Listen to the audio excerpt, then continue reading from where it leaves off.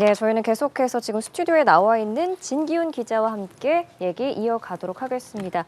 진기훈 기자, 지금 계속 9차 변론 진행 중인데 추가된 소식 있을까요? 어떤 부분들이 있을까요? 네, 이제 휴정을 잠시 거친 다음에 오후 4시 30분부터 이제 윤 대통령 측의 변론이 이제 시작이 됐습니다. 그런 상태고요. 그래서 지금 이제 윤 대통령 측의 변론이 이제 본격적으로 시작되기 전에 앞서 이제 그 10차 변론길에 시간이 살짝 좀 조정이 있었습니다. 네, 그래서 30분씩 좀 이렇게 수년이 돼서 그래서 이제 오후 3시부터 이제 증인 신문이 시작이 돼서 마지막 증인인 조지호 경찰청장이 오후 7시부터 시작이 되는 이런 일정으로 지금 재조정이 된 그런 상태입니다. 아무래도 재판부가 그런 어떤 기일 변경 신청을 받아들이지 않으면서 뭐 공판 준비기일이, 그러니까 형사 재판의 공판 준비기일이 서울중앙지법에서 있긴 하지만 오전과 오후로 나눠져 있기 때문에 이걸 뭐 받아들여 줄 수는 없다라는 입장을 밝혔지만 또 이제 대통령 측에서 뭐 이제 워낙에 또 빡빡한 일정이 되는 거고 또 본인들이 또 이제 준비를 할 것들이 좀 굉장히 있기 때문에 그런 주장은 좀 일부 받아들여서 시간은 이렇게 미뤄지는 이런 조정 시간이 살짝 있었고요. 이제 그런 다음에 이렇게 이제 윤 대통령 측의 PT가 이제 시작이 이제 본격적으로 됐는데 우선 이제 윤 대통령 측에서는 그런 어떤 지금 계엄의 이유로서 가장 들었던 이유 중에 하나가 부정선거 의혹이잖아요. 이런 부분 관련해 가지고 이런 어떤 뭐 이제 가짜 투표지로 이제 의심이 되는 이러한 투표지들을 좀 이제 일부 사례들을 이렇게 실제로 제시하기도 하면서 이러한 시스템 그리고 이런 어떤 선관위의 그런 어떤 선거 관리 시스템이 좀 상당히 좀 문제가 있었다라고 하는 점들을 조금 이제 이렇게 PT로 시작을 했고요. 그래서 이제 그런 어떤 뭐 이런 부정선거의 근거를 계속 이제 주장을 하면서 좀 특히나 이제 좀 문제가 됐던 지역구가 이제 인천 연수을 같은 경우가 있었잖아요. 이런 부분 관련해서 이제 뭐 그런 어떤 뭐 투표관리관의 증언이라든지 이런 부분들을 좀 제시를 하면서 이제 이때 당시 이런 어떤 총선 때 문제가 됐었던 선거 관리 시스템의 좀 위법성을 부실함을 조금 증명하기 위해서 좀 추가적으로 좀 증인이 필요하다. 이제 이러한 좀 주장들을 하기도 했었고 또 이제 저번에 이제 신원식 실장의 증인 신문이 있었을 당시에 윤 대통령 측에서 계속 이제 물어봤던 부분 중에 하나가 하이브리드전 같은 이제 이런 어떤 중국의 이제 말하자면 공작이죠. 이제 그런 부분들을 이제 얘기를 하면서 이것이 또 이제 안보 위협으로 이제 이어지는 그런 부분이거든요. 근데 이제 이런 부분들에서 이제 그런 어떤 하이브리드전을 이제 윤 대통령이 페이스북 담화문에서 언급을 했던 것들을 이제 시작을 하면서 이런 부분들이 과연 이제 이런 어떤 우리나라의 선거에 지금 중국이 얼마나 조직적으로 개입을 했는지 이런 부분도 역시도 이게 부정선거 의혹과도 이어지는 건데 이런 부분들을 이제 주장을 하면서 여태껏 이제 나왔던 이제 주장 중에서 그런 어떤 안보 위협과 뭐 선거, 부정선거 의혹 이런 부분들이 이제 대통령 계엄 선포의 하나의 배경이 되었다. 이제 이러한 주장들은 계속 이어나가고 있는 그런 상황입니다. 이고은 변호사님도 오셨습니다. 어서 오십시오. 네, 안녕하세요. 이제 오늘 9차 변론길 조금 있으면 끝날 것 같고 이제 10차 변론길 증인 3명 출석을 하잖아요. 오늘과 10차 변론길의 중요성은 어떻게 봐야 될까요? 네, 오늘은 일단 양측의 주장 내용을 좀 정리하는 시간이었고요. 양측이 그간 주장했던 쟁점들을 그대로 반복해서 사실은 정리가 됐다라고 보여집니다. 다만 이 양쪽의 주장 내용 중에 조금 더 강조해야 될 부분을 좀 강조하는 정리였다라고 평가할 수 있을 것 같고요. 가장 중요한 것은 10차 변론기일이 가장 중요할 것 같고 3명의 증인이 출석할 것으로 예상이 되는데요. 이 3명의 증인 중에 저희가 좀 주의 깊게 봐야 될 증인은 바로 홍장원 전 차장 그리고 이 조지호 경찰청장의 증언이 가장 중요할 것으로 보여집니다. 홍장원 전 차장 같은 경우에는 그 증언의 신빙성이 높다라고 평가됐던 가장 중요한 근거 중에 하나가 단순히 진술만 있는 것이 아니라 메모라는 물증을 기반으로 한 증언이라는 점에서 굉장히 증언의 신빙성에 힘이 실렸는데요.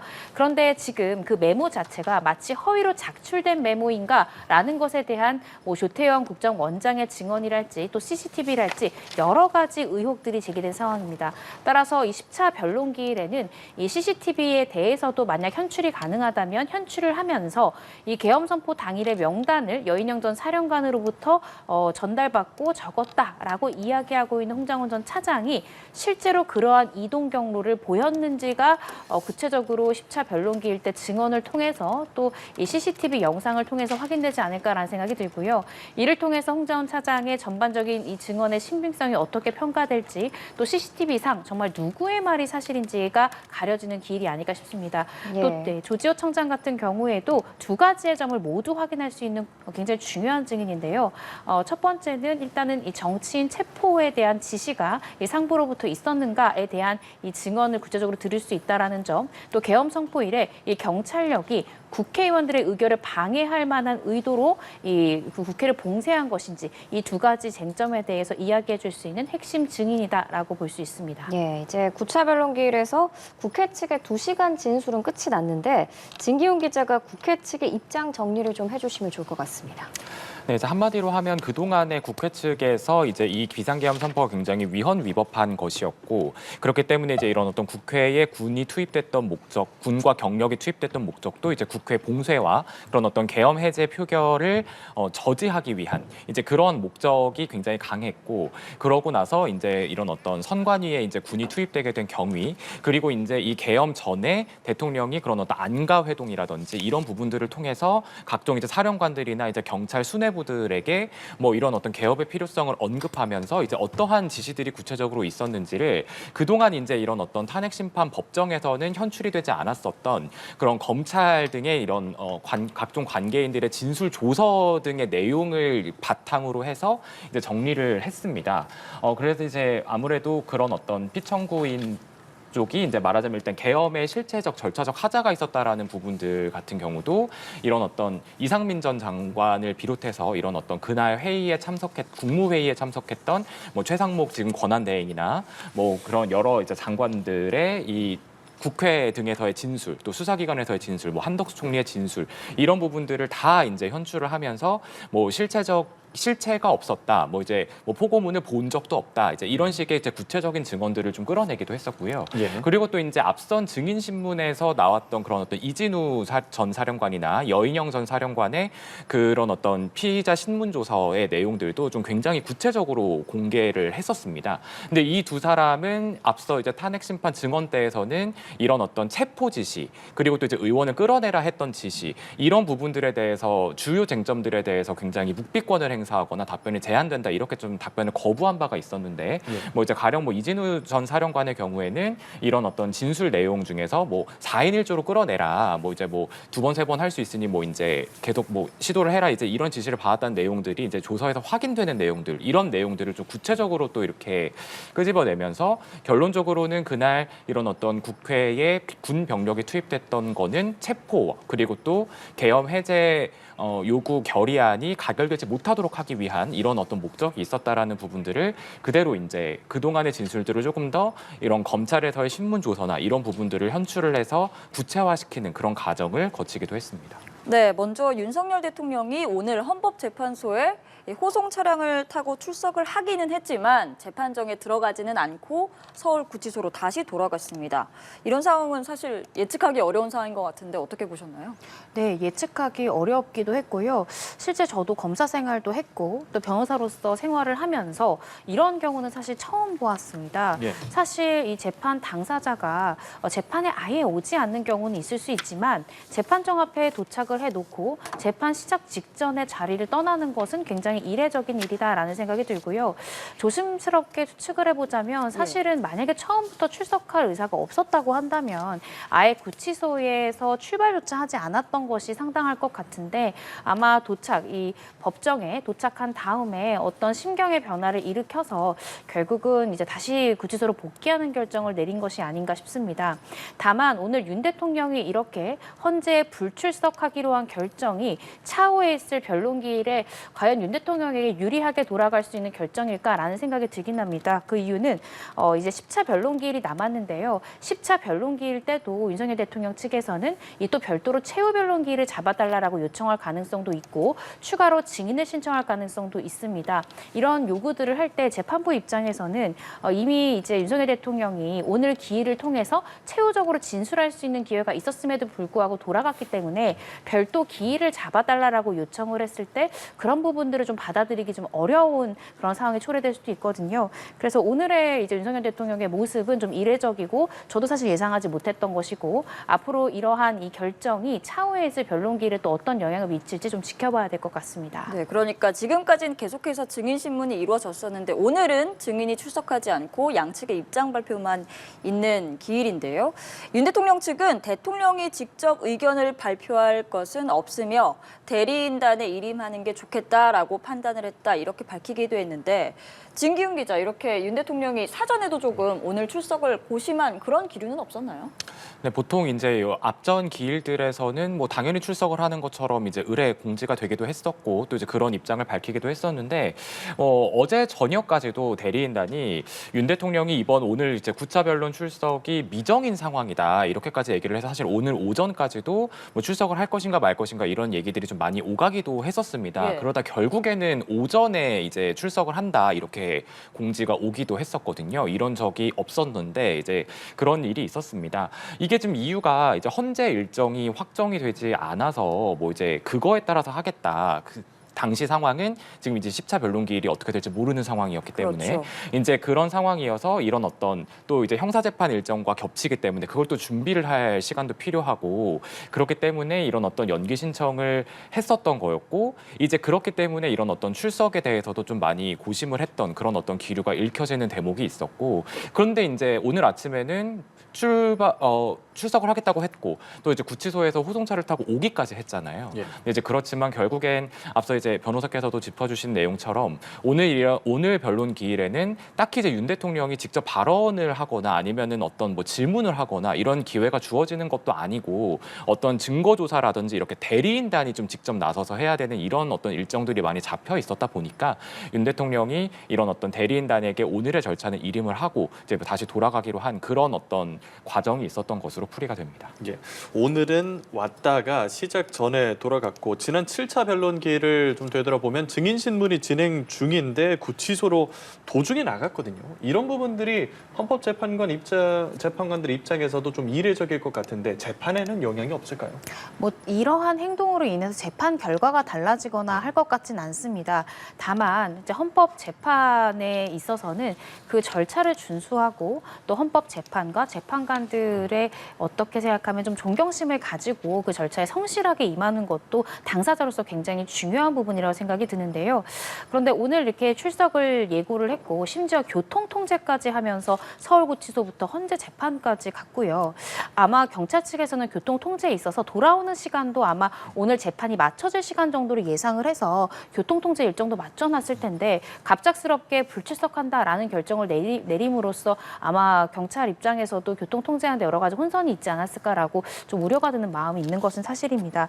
그렇지만 7차 변론기일 때 뭐 증인신문 도중에 갔다라든지 오늘 이제 출석하겠다라고 얘기했다가 불출석했던 부분이 어떤 재판 결과에는 영향을 미치지 않겠지만 추가적으로 윤석열 대통령이 내가 참석해야 되기 때문에 어떤 기일을 한 차례도 달라든지 기일을 변경해달라든지 연장해달라 이런 요청을 했을 때 재판부 입장에서는 그런 기회들이 충분히 있었는데도 윤석열 대통령이 거부했던 부분들도 있기 때문에 그러한 윤석열 대통령 측의 추가적인 어떤 요청이 있을 때 과연 이것이 받아들여질 가능성이 조금 줄어든 것은 아닌가. 그래서 오늘의 결정이 과연 윤석열 대통령에게 유리한 결정이었는가에 의문이 드는 것은 사실입니다. 예, 알겠습니다.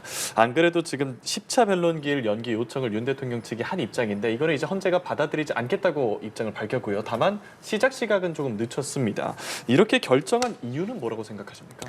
일단은 기일 자체는 진행할 수밖에 없는 상황입니다. 왜냐하면 이 재판 재판에는 당사자가 윤석열 대통령 측만 있는 것이 아니지 않습니까? 국회 측도 있고 헌재 재판관들도 있고요. 심지어 이 10차 변론기일은 당사자들만 출석하는 기일도 아니라 증인들도 출석하는 기일입니다. 그러면 이 기일이 갑자기 변경될 때는 그 증인들한테 증인 소환장도 또 우편 송달을 해야 됩니다. 송달을 적법하게 받았음에도 불구하고 불출석 사유서를 제출했을 때 구인까지 할 것인가 아니면 증인 신청에서 채택했던 것을 다시 한번 기각할 것인가 이런 것들에 대한 판단도 오가야 되거든요. 그런데 그렇게 판단을 하기까지의 그 기일이 굉장히 촉박하다라는 점, 또 조지호 경찰청장 같은 경우에는 특히 윤석열 대통령 측에서 이번에도 불출석 사유서 낸다면 우리는 구인까지도 희망한다. 이렇게 강력하게 구인 절차를 원했는데 네. 구인을 하게 되면 또 시간이 소요되는 부분들이 있습니다. 지금도 구인영장 발부했죠. 또 서울 동부구치소 측에다가 또 이 영장 집행을 촉탁 독촉을 하기도 했습니다. 예. 그렇기 때문에 이러한 이 절차적으로 지금 거쳐야 되는 시간들이 있기 때문에요. 이 기일을 특히 증인 신문이 잡혀진 기일을 갑작스럽게 변경한다라는 것은 좀 현실적으로 어려움이 있습니다. 그래서 이런 것들을 고려해서 기일 자체는 우리가 변경을 할 수는 없지만 윤 대통령이 그 해당 날 이번 주 목요일에 오전에는 이 형사재판 그 중에서도 이 구속 취소에 대한 신문이 있기 때문에 이걸 마치고 이제 다시 헌재 오기까지의 좀 여유로운 시간을 갖기 위해서 이 재판 시작 시간 자체는 좀 1시간 뒤로 연기해 준 것으로 보여지고요. 이건 윤석열 대통령 측을 위한 재판부의 배려라고 보여집니다. 또 두 번째 배려는 사실은 홍장훈 전 차장에 대한 이번 주 목요일에 있을 증인신문 때 소요 시간을 1시간을 원래 잡아놨다가 시작 시간을 이제 오후 3시로 미루면서 홍장훈 전 차장에 대한 증인신문 시간도 2시간으로 연장을 해줬습니다. 근데 사실 지난 기일에 윤석열 대통령 측에서는 홍장훈 전 차장에 대해서 다시 한 번 더 증인신문을 하겠다. 다만 신문 시간을 제한하지 말아달라라고 요청을 했는데요. 사실은 이것은 받아들이기 좀 어려운 요청이지요. 보통 재판을 진행함에 있어서 신문 시간을 제한하지 않는 것은 있기 좀 어려운 부분이지만 그래도 윤석열 대통령 측을 배려해서 재판부에서는 시작 시간뿐만 아니라 홍장훈 전 차장에 대한 증인신문 시간 자체도 종전에 1시간에서 2시간으로 좀 연장을 해준 것이 아닌가 싶습니다. 예, 알겠습니다. 헌법재판소가 10차 변론기일에 윤석열 대통령 본인이 출석할 의무는 없다고 했는데 윤석열 대통령이 출석을 하지 않아도 증인신문 그리고 절차 진행에는 문제가 없는 겁니까? 네, 그렇습니다. 이미 윤 대통령은 1, 2차 변론기일에 불출석을 한 바가 있죠. 예. 이제 헌법재판소 법상 이 헌법재판 탄핵 심판의 경우에는 이런 피청구인이 재판에 한번 그러니까 변론기일에 한번 출석하지 않으면 그 다음부터는 궐석 재판, 그러니까 피청구인 본인이 없이 재판이 진행하는 것이 가능합니다. 그렇기 때문에 대리인단의 출석만으로도 이런 어떤 증인 신문이라든지 이런 다른 절차 진행에는 전혀 문제가 없다. 이제 이런 것을 이제 천재현 헌재 공보관이 한 번 더 이제 설명을 한 것으로 보이고요. 이제 이런 얘기가 사실 나왔던 것도 어떻게 보면 이제 다음 변론기일, 그러니까 내일 모레 있을 그 변론기일을 변경을 하느냐 마느냐를 놓고 이제 나왔던 이야기인데 아무래도 이제 윤 대통령 측에서 변론기일 변경을 신청했던 이유는 형사재판과 탄핵 심판을 하루에 동시에 출석하는 게 굉장히 무리가 되는 상황이기 때문에 좀 방어권이 제한이 되기도 하고 이런 부분들의 이제 이유가 돼서 이런 신청을 했던 것인데 이런 부분에 대해서는 아무래도 이제 피청구인이 반드시 출석을 해야 되는 건 아니기 때문에 이런 것들이 문제가 없어 보인다. 이런 취지의 이제 답변을 한 것으로 이렇게 풀이가 됩니다. 네, 지금 이 시각에도 헌법재판소에서는 9차 변론기일이 진행 중입니다. 오늘 2시부터 진행이 되고 있는데 윤석열 대통령 오늘은 헌법재판소에 출석을 했다가 다시 구치소로 돌아가서 지금 재판정에 나와 있지는 않은 상황이고요. 먼저 국회 측이 입장을 정리했고 지금은 윤 대통령 측에서 탄핵 심판의 쟁점을 설명하며 증거를 제시하고 있는 상황입니다. 모레 예정된 10차 변론기일이 굉장히 중요한 변론기일로 지금 거론이 되고 있는 상황인데 이날 서울중앙지법에서는 윤석열 대통령의 내란죄 혐의 첫 번째 형사재판이 시작이 되거든요. 공판 준비기일이 잡혀있는 상황인데 또 윤 대통령에 대한 구속 취소 신문도 함께 진행이 될 수 있는 상황이고요. 그런데 이날 또 헌법재판소가 예정대로 10차 변론기일도 진행하겠다라고 밝힌 상황입니다. 윤 대통령이 지금 형사재판의 피고인인 거잖아요. 형사재판에는 피고인의 출석 의무는 있는데 또 공판준비 기일에는 출석을 안 해도 되는 걸로 알고 있거든요. 윤 대통령이 또 구속 취소 신문에도 나올지도 궁금하고 어디로 갈까요? 저도 오늘 윤석열 대통령이 오셨다 돌아가시는 모습을 보였기 때문에 저도 어떤 선택을 할지 정확히 예측하기는 좀 어려울 것 같은데요. 말씀 주신 대로 형사재판에서는요, 이 피고인이 반드시 출석해야 합니다. 다만 공판을 준비하는 준비기일에는 법적 쟁점을 정리를 하고 공판을 어떻게 진행하기로 하는 진행 절차를 논의하는 과정이기 때문에 이 부분에 대해서는 대리인, 즉 변호사만 출석해도 진행이 가능합니다. 다만 윤석열 대통령 측에서는 구속 취소 신문에는 직접 출석을 해서 이 구속이 왜 지금 위법한 구속이며 지금 구속 사유가 없기 때문에 구속이 취소되어야 한다라는 것을 본인의 육성으로 직접 재판부에 호소하고 싶은 마음이 있을 수 있는데요. 그런데 사실은 구속 취소라는 것도 많은 분들이 선택하는 그런 청구는 아닙니다. 보통 보석을 청구하는 경우가 많지 이 구속 취소 같은 경우에는 잘 청구도 하지 않지만 인용되기도 굉장히 어렵거든요. 그렇다라는 것을 아마 26년간 검사 생활을 한 윤석열 대통령이 스스로가 정말 잘 알 것입니다. 그렇다라고 한다면 형사재판, 이 구속 취소 가능성이 굉장히 낮은 형사재판에 구태여 출석할 필요가 있을까 또 고심을 하지 않을까 싶은데요. 사실 윤석열 대통령에게 가장 유리한 선택지는 이날 오전에는 이 형사재판에 참석을 해서 구속 취소 신문부터 먼저 진행을 해달라라고 재판부에 요청을 하고 구속 취소에 대한 신문을 마치자마자 바로 헌법재판소로 향해서 이 오후 3시부터 예정된 증인 신문에 직접 참석을 해서 변론을 좀 돕고 필요한 경우 직접 신문을 하는 이런 것을 하는 것이 가장 좋은 선택지긴 하지만 오전에 과연 형사재판의 구속 취소 가능성이 높지 않은 상황에서 출석을 결심할까 이 부분은 저도 좀 예측하기가 어려운 상황입니다. 예, 오늘 9차 변론 기일을 좀 들여다보면 증거 조사와 함께 양측의 입장 정리가 진행되고 있는데 이 양측의 입장 발표가 어떤 의미를 갖는 거죠? 원래는 양측의 입장 정리라는 것이 최후 보통은 변론입니다. 그러니까 양쪽의 이제 그간 8번에 걸친 이 변론기를 통해서 또 여러 증인들의 증언들도 나왔고요. 또 재판부가 채택했던 증거들이 다수 있었습니다. 이런 것들을 양측의 주장 내용에 맞게 한번 정리를 하고 따라서 재판부에 어떤 주장을 받아들이는 것이 타당한가에 대해서 마지막으로 재판부에 이제 설득하는 호소를 하는 절차다라고 이해하시면 되는데요. 그런데 굉장히 이례적인 게 보통은 이 증인들에 대한 신문을 모두 종결한 다음에 최후 변론 절차를 갖는 것이 통상적인데 이번에는 헌재에서는 이 양쪽의 입장을 정리하는 절차를 먼저 갖고 추가 증인에 대한 신문을 진행한다라고 했습니다. 조금은 다소 이례적인 결정이지 않을까 싶은데요. 그런데 이렇게 하는 이유는 제가 조심스럽게 추측을 해보자면 일단은 양쪽의 입장을 오늘 예정된 대로 정리를 하고 그런 다음에 이번 주 목요일에 예정된 10차 이 변론기일 때 3명에 대한 증인을 신문한 다음에 짧게 구두로 최종 변론을 할 수 있는 기회를 예를 들어 각 15분, 각 30분 이런 식으로 부여하고 변론을 종결하고자 좀 이 9차 변론기일 때 양측의 주장 내용을 좀 정리하는 이런 기일을 좀 10차 기일 전에 잡은 것이 아닌가라는 생각이 들고요. 만약 그것이 아니라고 한다면 사실은 9차 변론기일 때 증인 3명에 대한 신문을 하고 10차 기일을 양쪽의 입장을 정리하는 기일로 가져가도 되거든요. 그런데 이 양자의 순서를 바꾸지 않은 것은 일단은 절차 진행대로 하고 10차 변론기일 때 잡혔던 증인에 대한 것은 재판부에 어떻게 생각하면 선택이라기보다는 윤석열 대통령 측이 이제 강하게 주장한 것에 대해서 이 재판부가 좀 이름 받아준 부분들이 있거든요. 그래서 이 10차 변론기를 통해서 추가 증인에 대한 이 증언을 들은 다음에 간단하게 이 변론을 마무리하는 것으로 종결하고자 이런 선택을 한 것이 아닌가라는 생각이 들고요. 오늘은 이 양측의 입장을 최종적으로 정리함으로써 이 그간 이 재판 단계, 특히 변론 단계에서 이 현출되었던 증언 내용을 한번 정리하는 시간이었다라는 생각이 듭니다. 네, 그러니까 양측 입장을 일단 한번 들어보고 그다음에 좀 더 신속하게 증인 신문이나 향후의 절차를 좀 진행하기 위한 절차가 아닌가 하는 분석이 나오고 있는 상황이고요. 진기훈 기자, 아까 오늘 국회 측 입장은 조금 요약을 해주셨잖아요. 지금 윤 대통령 측이 계속해서 입장을 표명하고 있는데 이 내용도 좀 어떤 내용이 나왔는지 요약을 해주실 수 있을까요? 네, 우선 지금 윤 대통령 측에서 집중을 하고 있는 이제 첫 번째로 집중을 했던 분야는 바로 이제 부정선거 의혹입니다. 선관위에 이제 군을 할 수밖에 없었던, 계엄군을 투입할 수밖에 없었던 그런 행위의 그런 어떤 정당성을 입증을 하려는 이제 그런 어떤 시도들이 계속 이어졌었는데요.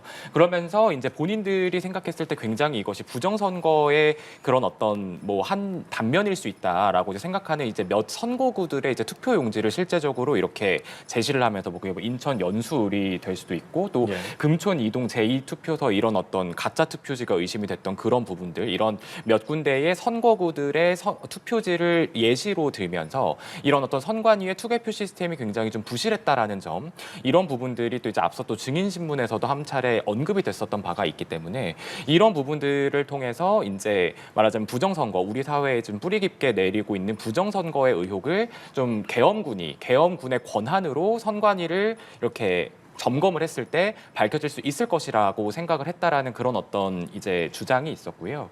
이 주장과 좀 결부가 돼서 신원식 실장의 증인 신문이 있었을 때, 국가안보실장의 증인 신문이 있었을 때도 나왔던 얘기인데 하이브리드전이라고 하는 네. 거에 대한 설명이 또 있었습니다. 이 하이브리드전이라는 게 이제 전쟁이 일어나면 이제 보통 저희는 그냥 이렇게 군에 대한 공격이 있고 이제 이런 물리적 전쟁을 생각을 하는데 예. 하이브리드전 같은 경우는 그런 어떤 체제와 문화까지도 이제 이렇게 건들 수 있는, 그래서 그런 어떤 체제 전복 시도를 하는 이런 어떤 전쟁 같은 이런 개념으로 나오고 있는데, 이게 이제 말하자면 중국의 선거 개입 의혹이 약간 이런 식으로 연결이 되는 겁니다. 그래서 이런 하이브리드전에 대해서는 국가 안보에 대한 위협 플러스 이제 이런 어떤 부정선거 의혹에 대한 이런 것들을 좀 이런 윤 대통령 측이 계엄 선포의 이유로 가장 크게 얘기를 했었던 그런 어떤 부정선거 의혹에 대한 입증으로서 이렇게 구체적인 진술을 좀 이어나가고 있는 상황이고, 그래서 이런 어떤 계엄 선포의 배경으로 또 이제 중국의 이런 어떤 공작이 있었다, 이런 부분들에 대한 어떤 증명들을 이어나가고 있는 그런 상황입니다. 예.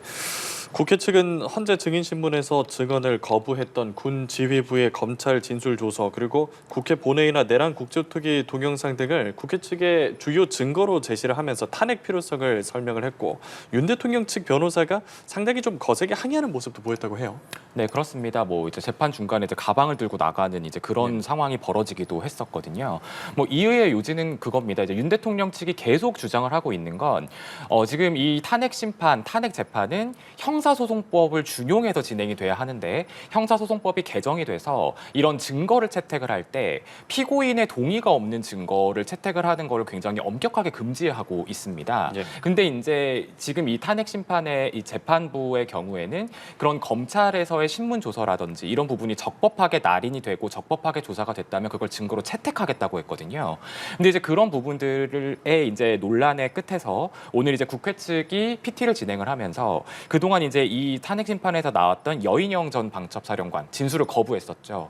여 전 사령관의 검찰 신문 조서를 공개를 했었습니다. 그렇게 신문 조서의 내용을 공개를 했고, 또 이제 그동안 이제 현출이 된 적이 없었던 조지호 경찰청장의 피의자 신문 조서도 공개를 했거든요. 여기에 이제 윤 대통령한테 전화가 와서 국회로 들어가는 국회의원들 잡아들여라라는 지시를 했고, 그게 굉장히 다급해 보였다라고 하는 진술이 또 있었고, 이런 것들을 좀 증거로 제시를 하니까 이제 대통령 측에서는 본인들이 계속 내세웠던 논리, 이것을 이제 피청구인 측에서는 동의를 한 적이 없는 증거이고, 또 반대 신문을 통해서 충분히 이제 그 증거의 신빙성을 탄핵을 할 수 있는 그런 기회가 있었지만 그런 기회를 갖지 못한 증거들이잖아요.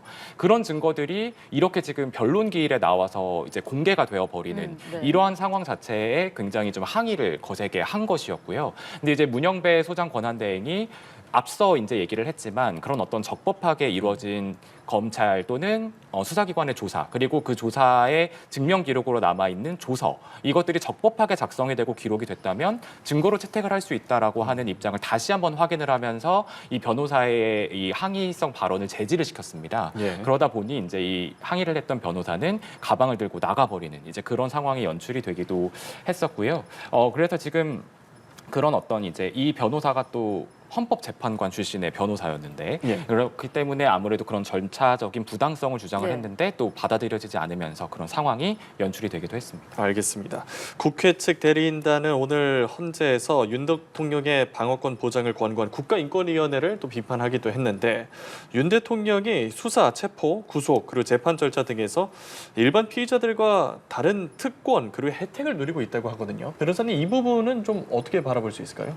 뭐 특권이라고 하는 것이 이제 어느 정도 수준의 이제 혜택을 봤을 때 특혜라고 이야기할 수 있는지는 모르겠지만요. 제가 변호사로서 표현할 수 있는 것은 일반 국민들이, 그러니까 저도 예를 들어 이제 변호사로서 이제 일을 하면서 우리 의뢰인들의 사건을 변호하지 않습니까? 그때 통상적으로 겪을 수 있는 절차와는 조금 다른 모습을 보였던 것은 사실입니다. 근데 그것은 윤석열 대통령에게 특혜라기보다도 현직 대통령 신분을 유지하고 있기 때문에 어떤 국격이랄지 여러 가지를 고려해서 또 어떤 절차적인 부분에 대한 배려가 있을 수 있다고 생각하는 부분이 있는데요.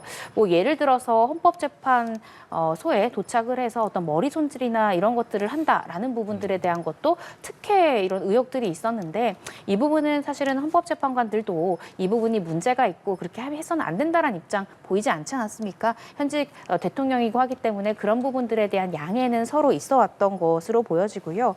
아마 체포 과정에서는 아마 수사 과정에서 여러 차례 소환 통보를 했지만 정당하게 이제 출석하지 않았던 부분들에 대한 것, 또 체포영장을 집행할 때 이를 거부했던 부분들 이런 것들을 이제 이야기하고 있는 것 같습니다. 그것이 만약에 일반 국민이었다면 이렇게 체포영장 집행을 거부했을 때 단순히 우리가 돌아가는 선택지를 할 수 있는 것인가에 대한 이제 이의를 제기한 것으로 보여지는데요.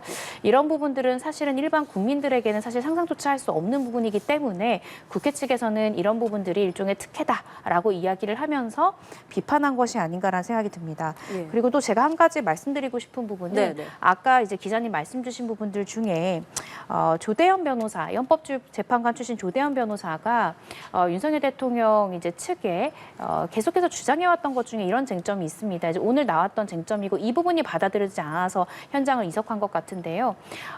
오늘 국회 측에서는 윤석열 대통령의 지시에 따라서 이 관련자들이 어떻게 지시를 이행했는가를 설명하기 위해서 관련자들의 조서를 직접 이 현출을, 그러니까 그 실물 화상기를 통해서 스크린에 띄우고 하나하나씩 설명을 했습니다.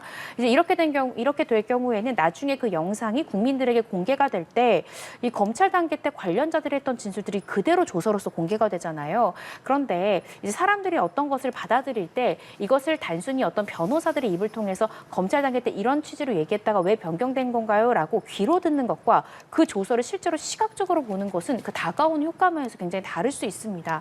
그런데 이것을 증거 능력조차도 윤석열 대통령 측에서는 인정할 수 없다라고 주장하는 이 조서 그 자체를 현출시키는 것은 문제가 있지 않느냐라고 이 조대현 변호사가 이의를 제기한 것이고요. 심지어는 예를 들어 증인으로 출석하지 않은 이 다른 참고인들에 대한 진술 조서까지 그대로 이제 공개하는 것은 문제가 있지 않느냐라고 이 현재 재판관에게 이의를 제기한 것입니다.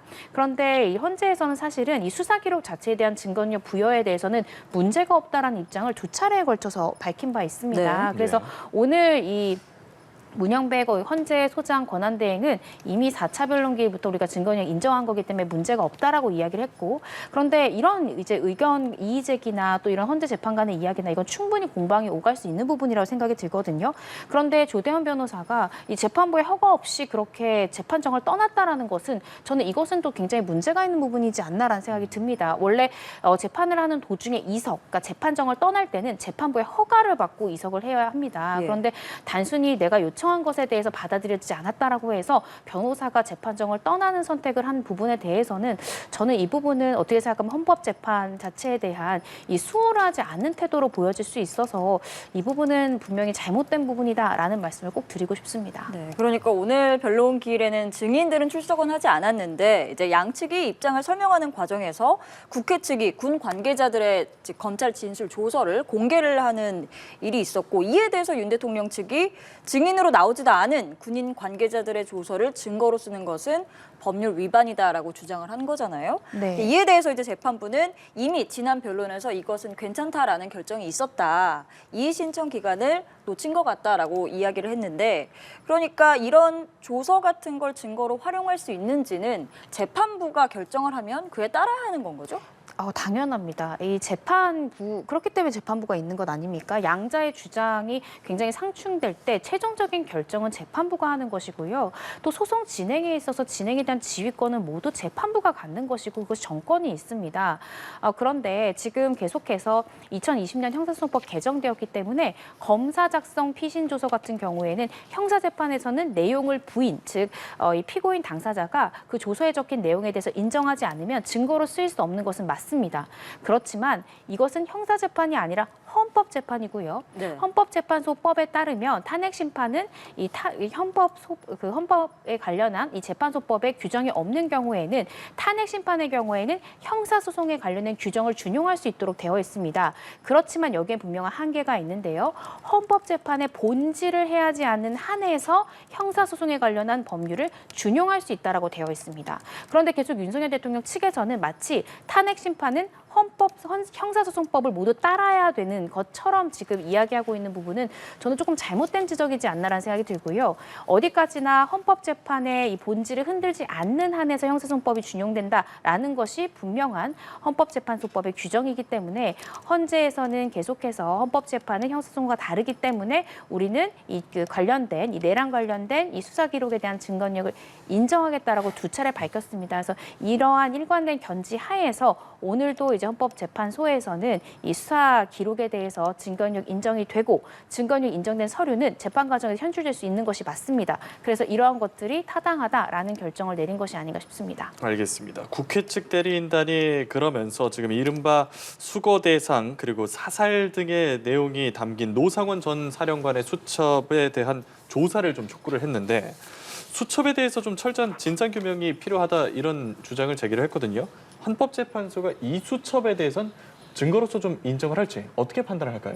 저는 증거로서 증거 능력을 인정하지 않을 것 같고요. 저는 이러한 국회 측의 이 조사 촉구 의견이 왜 오늘 윤석열 대통령 파면을 결정해야 되는 탄핵 심판에서 이러한 이야기가 나왔는가가 조금 의문이 듭니다. 예. 물론 이 수첩안의 내용이 어떤 비상계엄과 관련된 메모일 수도 있고 또 이것이 어떠한 의미를 가지는 것일 수는 있지만 사실은 우리가 이미 8차례 변론기를 거쳐오지 않았습니까? 그때 이 노상원 씨에 대한 언급은 전혀 없었습니다. 전혀 쟁점도 아니었고요.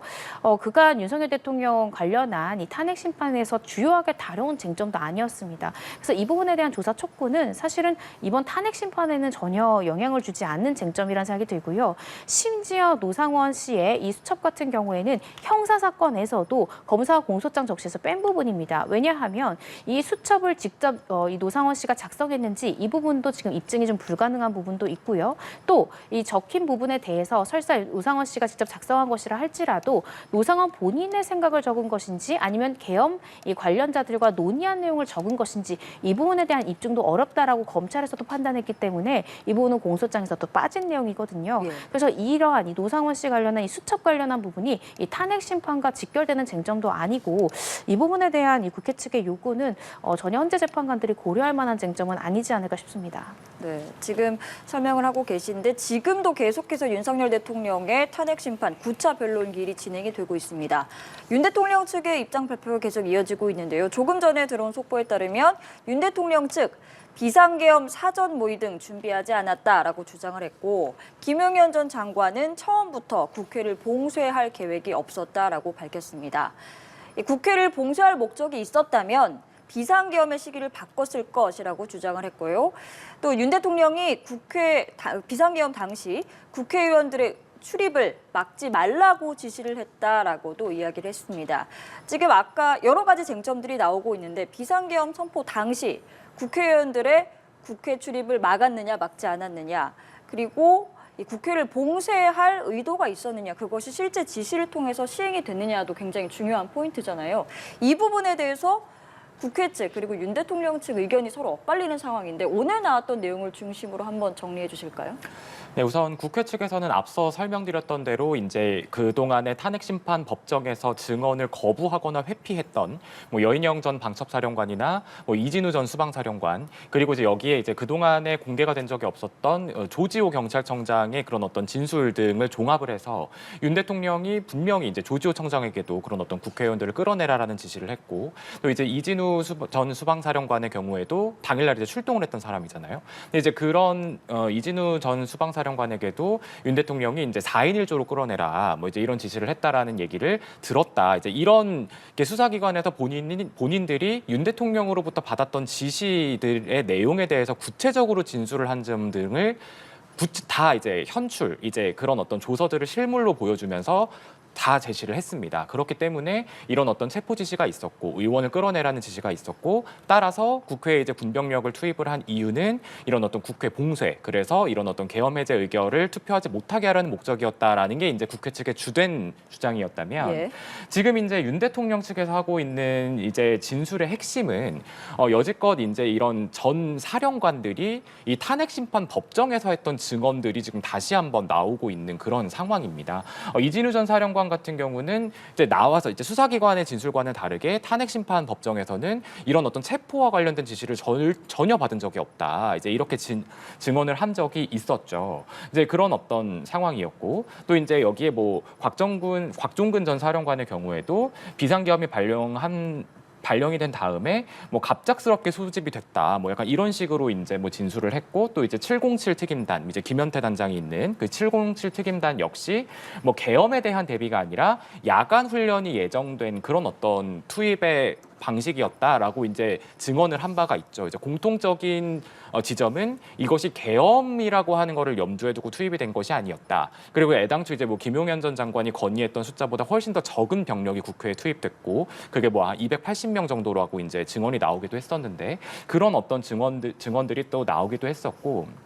또 이제 아까 앵커께서 짚어주신 것처럼 그런 어떤 이제 만약에 정말로 계엄을 해서 국회를 철저하게 봉쇄를 할 목적이었다면 그 날짜를 그때 당시가 이제 뭐 국회 본회의가 진행이 되고 있었던 때였고 그렇기 때문에 굉장히 많은 의원들 보좌진이나 이런 사람들이 국회 상주에 있었을 예. 그 수요일 날 선포를 하지 않았을 것이다. 이제 이런 이제 얘기를 하면서 이제 애당초의 그런 어떤 계엄 선포의 목적 자체가 그런 어떤 야당에 대한 경고 차원이었던 거지. 이런 것이 뭐 이제 국회를 봉쇄하고 뭐 비상 입법 기구를 통해서 이제 입법 대체 기관을 만들고 이제 이런 어떤 위헌적인 목적이 아니었다라는 기존의 주장들을 지금 앞서 이제 변론기일들에서 나왔던 증언들을 종합해서 지금 입증을 하고 있는 그런 상황입니다. 알겠습니다.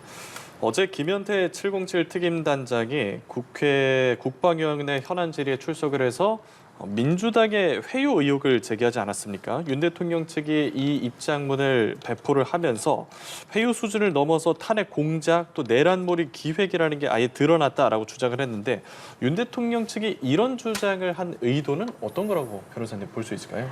지금 윤석열 대통령 측에 좀 불리하게 진술한 증인들, 남아있는 증인들이 여태까지 현출된 증인들 살펴보면 곽정근 전 사령관, 또 홍장원 전 차장이 대표적으로 피청구인인 윤석열 대통령 측에 불리한 진술을 했죠. 그런데 그들의 증언을 탄핵하기 위해서 지금 피청구인 측도 부단히 애를 쓰고 있는 상황입니다.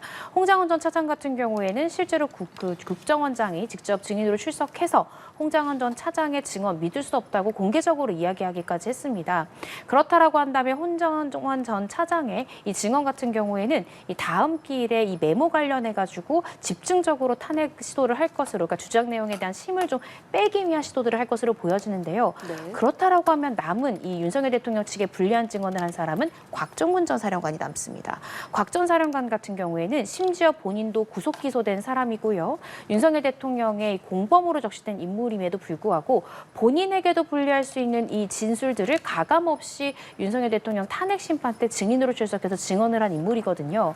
그렇다라고 한다면 지금 그 증언의 신빙성을 무너뜨리기 위해서는 이 곽 전 사령관으로부터 지시를 하달받은 김현태 단장의 이 진술을 통해서 곽 전 사령관의 진술에는 어떤 사실을 증언하기보다는 어떤 야당과의 어떤 교감을 통해서 증언을 한 것이다라는 내용이 나와야 이 증언의 전반적인 신빙성을 흔들 수 있는 그런 상황입니다. 따라서 김현태 단장, 사실은 저도 어제 이 국회 현안 질의에 출석을 해가지고 이야기했던 부분들에 대해서도 저도 직접 그 영상을 보기도 했는데요. 사실 이 김현태 단장이 이야기한 부분이 지난 기일에 이 증인으로 출석해서 증언했던 내용과 크게 다르지는 않습니다. 무엇인고 하냐면 본인이 직접 윤석열 대통령의 지시를 받은 적이 없다라고는 사실은 헌재 증인으로 나왔을 때도 이야기를 했고요. 본인이 지시를 받았던 이 상대방은 윤석열 대통령이 아니라 이 곽종근 전 사령관이 나에게 지시를 했다라고 이야기를 했고요. 그리고 이 단전 단수에 대한 것도 할 수 있는지 검토해봐라라고 곽 전 사령관이 이야기를 했고 해보니까 할 수가 없어서 그런 의견도 다 곽 전 사령관에게 솔직히 이야기했다라고 이야기했습니다. 이러한 이 증언 내용은 사실은 그간 나왔던 증언 내용과 크게 배치되지 않는 입장이라고 보여지고요. 다만 이제 본인이 이제 진술을 함에 있어서 어떤 이 민주당 측에서 변호인을 선임해주겠다라는 이제 이런 이야기를 들었다라던가 네. 어떤 곽 전 사령관이 어떤 증언을 함에 있어서 어떤 증언 내용을 좀 확고히 하기 위해서 연습을 하는 이런 것들이 있었다라는 의혹들이 또 제기했던 부분이 있거든요. 이를 통해서 곽정근 전 사령관의 이 증언의 신빙성을 전반적으로 좀 흐리게 하기 위해서 윤석열 대통령 측에서 이러한 내용의 입장문을 낸 것이 아닌가 싶습니다. 네, 그리고 지금 헌법재판소에서 진행 중인 탄핵 심판이 벌써 9차 변론기일까지 진행이 되고 있는데 이 변론기일 진행 과정에서 대본이라는 게 있다라는 게 알려지면서 조금 기사가 나왔었거든요. 이 대본, 오늘 문영배 헌법재판소장 권한대행이 이 대본은 재판부가 합의를 하고 소속 연구관들이 작성한 절차 진행의 초안이라고 설명을 했습니다. 이 대본에 대한 이야기가 처음 나온 게 지난번 바로 직전 변론기일 때였던 것 같아요. 이때 윤석열 대통령 측 변호사가 증인 신청에 관한 헌재 평의가 혹시 특정한 방향성을 정해두고 진행되는 거 아니냐라고 이야기를 했고, 이에 대해서 문영배 권한대행이 자꾸 의미를 그렇게 부여하지 말라 하면서 이제 자신이 진행하고 있는 대본을 들여 보였는데, 그때 상황을 우선 좀 설명을 해주실까요, 진 기자? 네, 이제 이것이 이제 8차 변론기일이 끝나가면서 이제 9차 변론기일, 이제 오늘 지금 진행되고 있는 이 변론기일에 대해서 문영배 소장 권한대행이 고지를 하다가 생긴 일입니다. 이게 양측에게 2시간씩 변론 기회를 주겠다라는 게 이제 요지였잖아요. 그렇기 때문에 그런 상황에서 지금 이제 그 8차 변론기일이 시작되던 그 시간에 말하자면 윤 대통령 측이 이제 오는 10차 변론기일에 있었 그 지금 증인으로 채택된 이 증인들에 대해서 증인 신청을 추가로 한 겁니다. 여기에 대해서 이제 평의를 거쳐서 결정을 하겠다, 이렇게 얘기를 한 거였고요. 근데 이제 이게 그렇게 되면서 재판 말미에 갑자기 이제 2시간씩 변론 기일을 주겠다고 하니, 이제 변론 시간을 주겠다고 하니, 이제 이런 어떤 2시간씩 이렇게 시간을 주고 하는 게 혹시 그런 어떤 뭐 아직까지 우리가 지금 신청한 추가 증인 신청에 대해서 그런 어떤 뭔가 방향성을 정해두고 마치 뭔가 이렇게 최후 변론이 예정되는 듯이 약간 이렇게 좀 이렇게 말씀을 하시는 거가 아무래도 이제 우리의 약간 신청이 좀 기각될 가능성이 있는가라는 취지의 또 뜻으로 해석이 되면서 이제 논란이 일었던 거였거든요. 그러자 이제 문영배 소장대행이 이제 이런 어떤 절차상에 자꾸 이제 문제 제기가 윤 대통령 측에서 지속적으로 들어왔던 상황이었기 때문에, 그래서 이제 그런 부분이 아니라 그래서 이제 이런 어떤 정리가 필요하지 않겠느냐. 우리가 한 번도 이제 여지껏 이 지금 기일들이 진행을 되면서 정리를 한 적이 없으니 뭐 이제 아직까지 뭐 제출이 됐는데 뭐 조사를 하지 못한 증거들도 있고, 이제 이런 어떤 증거들을 우리가 다 조사를 해야 되고 양측의 좀 정리된 의견을 들어볼 필요가 있기 때문에 진행을 하는 것이지, 뭐 이런 어떤 뭐 추가로 신청된 증인들에 대해서 우리의 평의를 아직 하지도 않았는데 이러한 뭐 예단을 하는 것은 좀 삼가했으면 좋겠다라는 이제 설명을 하면서 이런 어떤 대본이 있다라는 걸 보여준 거고, 재판관 8명과 그런 어떤 연구관들의 의견이 들어간 그러한 이제 일종의 큐시트 같은 거다. 이제 이렇게 이제 설명을 하면서 이제 이런 또 상황이 연출되기도 했었습니다. 그런데 이 재판을 진행을 하는데, 변론 기일을 진행하는데 뭐 큐시트 같은 대본이 있다라고 하면은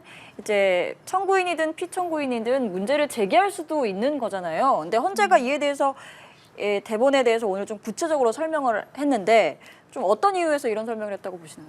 사실은 저는 헌재에서 대본이라는 표현보다는 우리는 절차 진행에 대해서 이미 안을 짜놨고 그 안대로 순서대로 진행한 것이다, 이렇게 표현했더라면 예. 이 양 당사자가 이렇게 또 불필요한 이런 의혹을 제기한 일은 없었을 텐데, 우리가 대본이라는 말은 왜 소위 우리가 짜놓은 각본대로 진행한 것이냐라고 우리가 소위 얘기하는 부분이 있지 않습니까? 그런 오해를 불러일으킬 수 있는 단어 선택이었다.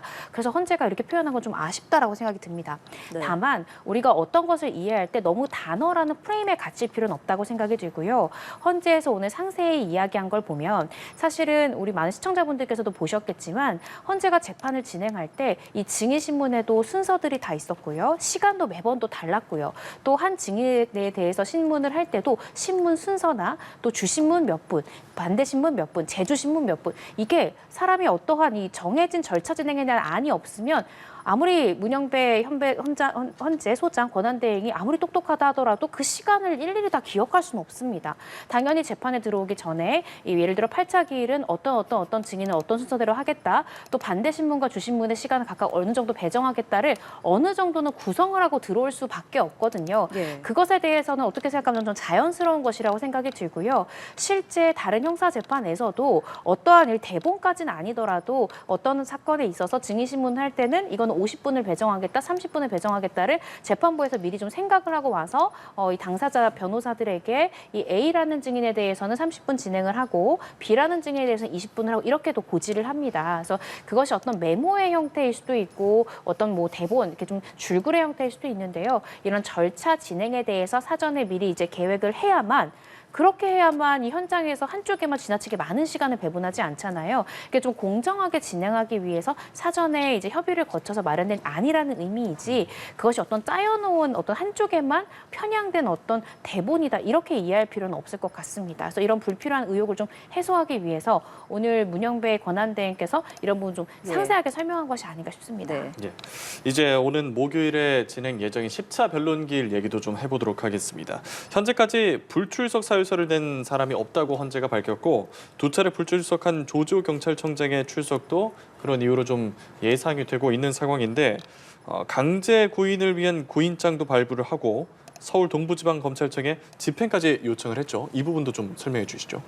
네, 이제 헌재가 말하자면 이제 조지호 경찰청장 이번이 이제 세 번째 증인 신문 소환 시도입니다. 네. 앞서 두 차례는 건강상의 이유로 이제 불출석 사유서를 냈고 이제 헌재가 그거를 받아들였는데 이제 아무래도 윤 대통령 측에서 좀 강력하게 계속 증인 신청 요청을 하고 있고 또 헌재판부도 조 청장에 대해서는 어느 정도 신문의 필요성이 있다고 좀 인정을 한 걸로 보입니다.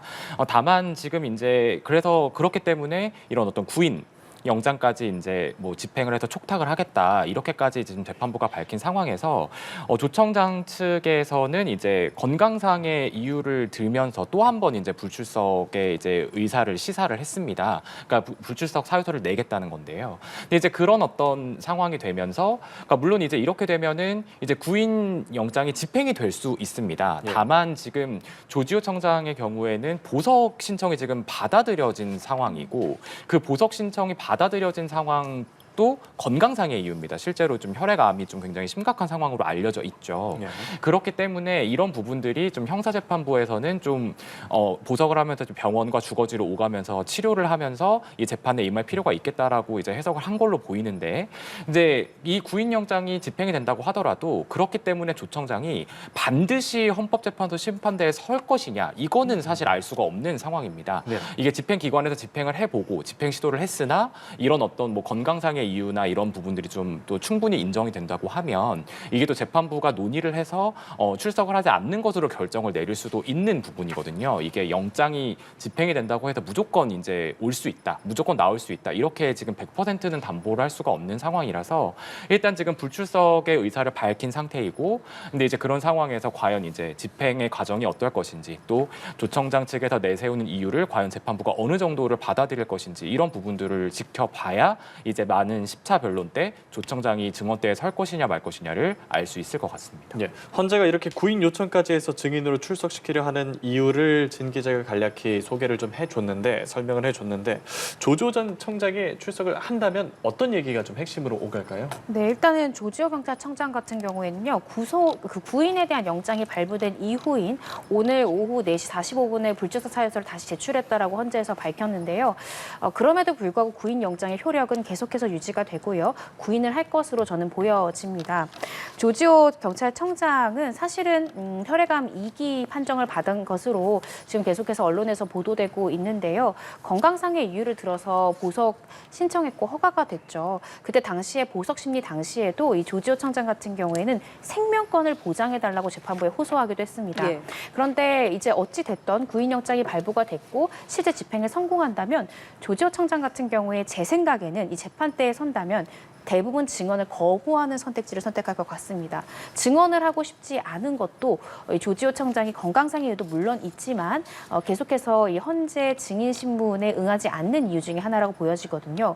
왜냐하면 이 조지호 청장 같은 경우에는 본인의 재판엔 출석을 하고 있거든요. 그럼에도 불구하고 헌재 재판에만 선별적으로 건강상의 이유로 아예 출석이 어렵다라고 하는 건 사실은 좀 받아들이기 어려울 것 같아요. 네. 그래서 아마 헌재 재판관들도 윤석열 대통령 측에서 강하게 구인까지도 해서라도 우리는 좀 이야기를 좀 듣고 싶다라고 요구를 하고 있고 또 본인에 대한 재판에는 출석하고 있고 이런 점을 아마 종합적으로 고려를 해서 불출석 사유서를 제출하기 전에 이미 구인영장을 발부한 것이 아닌가 싶고요.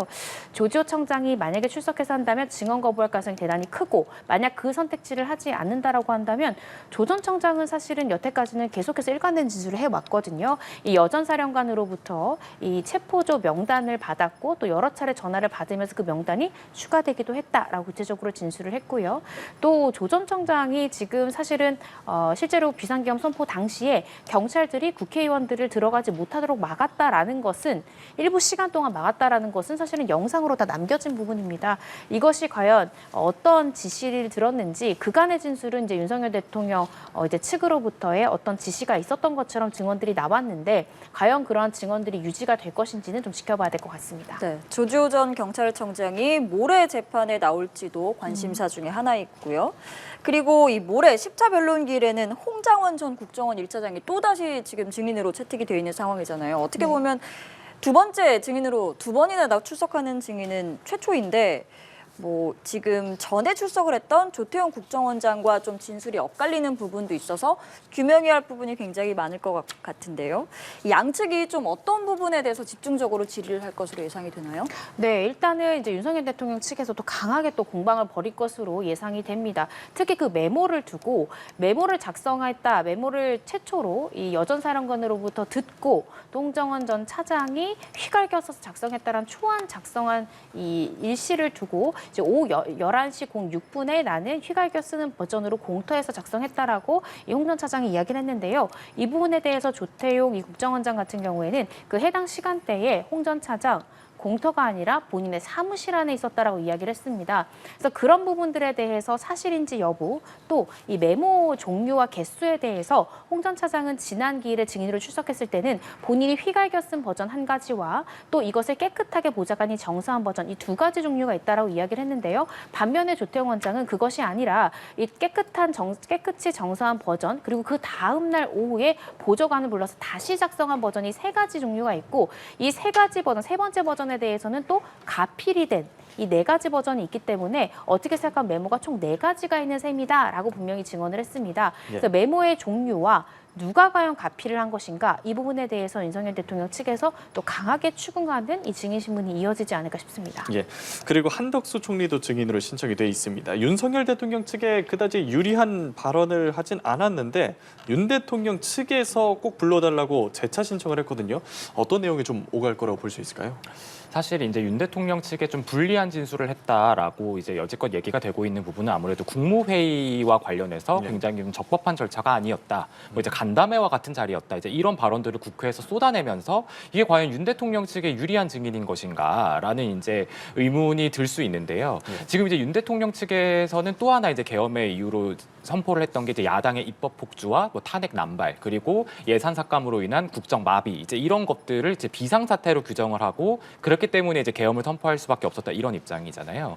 이런 부분에 있어서는 근데 또 한덕수 총리가 굉장히 좀 이런 어떤 탄핵 소추 남발이라든지 이런 부분에 있어서는 상당히 자세하고 구체적으로 진술을 할 수 있습니다. 아무래도 이제 국정 2인자이고 옆에서 그 과정들을 고스란히 다 이제 봤고 그렇기 때문에 윤 대통령 측에서도 국정 2인자이자 이 계엄 선포 배경을 누구보다 잘 아는 한덕수 총리를 반드시 불러서 신문을 해야 된다. 이렇게 하면서 이제 증인 신청을 한 것이거든요.